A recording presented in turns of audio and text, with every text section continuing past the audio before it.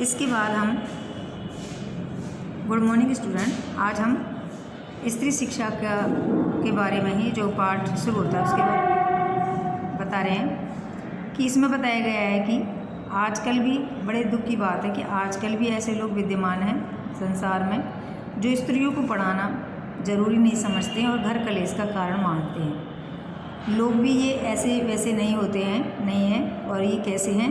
जो सुशिक्षित हैं, पढ़े लिखे हैं, बड़े बड़े स्कूलों और कॉलेजों में इन्होंने शिक्षा प्राप्त करी है। इसके अलावा संस्कृत के ग्रंथ साहित्यों से ये जानकारी रखते हैं और इनका पेशा क्या है?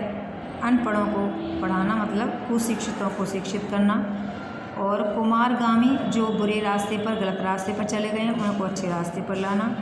इसके अलावा अधार्मिक लोगों को धर्म का तत्व समझाना आगे। अब उन्होंने जो तर्क दिए हैं जो स्त्री शिक्षा के विरोध में है, विपक्ष में है, वो क्या कह रहे हैं कि पुराने संस्कृत कवियों के नाटकों में कुलीन स्त्रियों से अनपढ़ों की भाषा में बात कराई गई है। इससे ये सिद्ध होता है कि देश में स्त्रियों को पढ़ाने का कोई चलन या रिवाज ही नहीं थी। अगर होती तो इतिहास पुराण आदि में उनकी पढ़ाने की कोई नियमबद्ध प्रणाली तो अवश्य लिखी होती, उनका मानना है। दूसरा इनका पॉइंट है कि स्त्रियों को पढ़ाने से हर्षित होते हैं क्योंकि शकुंतला इतनी कम पढ़ी थी कि गंवारों की भाषा में ही मुश्किल से एक छोटा सा श्लोक लिख सकी थी, और उस पर भी उसकी इतनी कम शिक्षा ने अनर्थ कर डाला था। और शकुंतला ने जो कटु वाक्य दुष्यंत को लिखे थे वह उसकी पढ़ाई का ही दुष्परिणाम था। तो ये शकुंतला और दुष्यंत का जो एक संस्कृत का नाटक है अभिज्ञान शाकुंतलम, उसमें है। थर्ड जो पॉइंट है वो है जिस भाषा में शकुंतला ने श्लोक रचा वह अनपढ़ों की भाषा थी, अर्थात उस समय प्राकृत जनसाधारण की भाषा हुआ करती थी। तो प्राकृत को यहाँ पर जो स्त्री शिक्षा के विरोधी हैं वे अनपढ़ों की भाषा मान रहे हैं। इसलिए नागरिकों की भाषा की बात तो दूर, अनपढ़ों गंवारों की भाषा पढ़ाना स्त्रियों को बर्बाद करना है।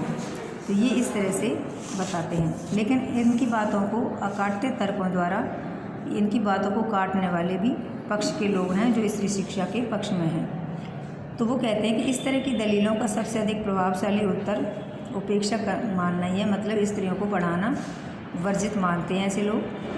नाटकों में स्त्रियों का प्राकृत बोलना उनके अनपढ़ होने का सबूत नहीं है, ये कह रहे हैं स्त्री शिक्षा के पक्षधर। अधिक से अधिक इतना ही कहा जा सकता है कि वे संस्कृत नहीं बोल सकती थी, और संस्कृत नहीं बोलना अनपढ़ होने का सबूत नहीं है और नहीं गंवारपन होने का।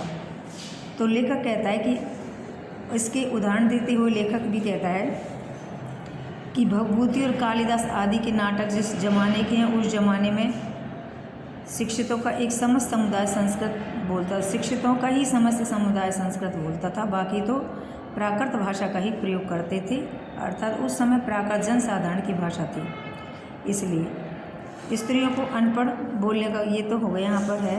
इसके बाद बताया है कि जितने भी बौद्ध और जैन ग्रंथ, बौद्ध और जैनों के जो हजारों ग्रंथ लिखे गए हैं वो प्राकृत में ही लिखे गए हैं। अगला पॉइंट देते हुए पक्ष के लोग कह रहे हैं कि शाक्य मुनि और उनके चेले भी प्राकृत में ही उपदेश दिया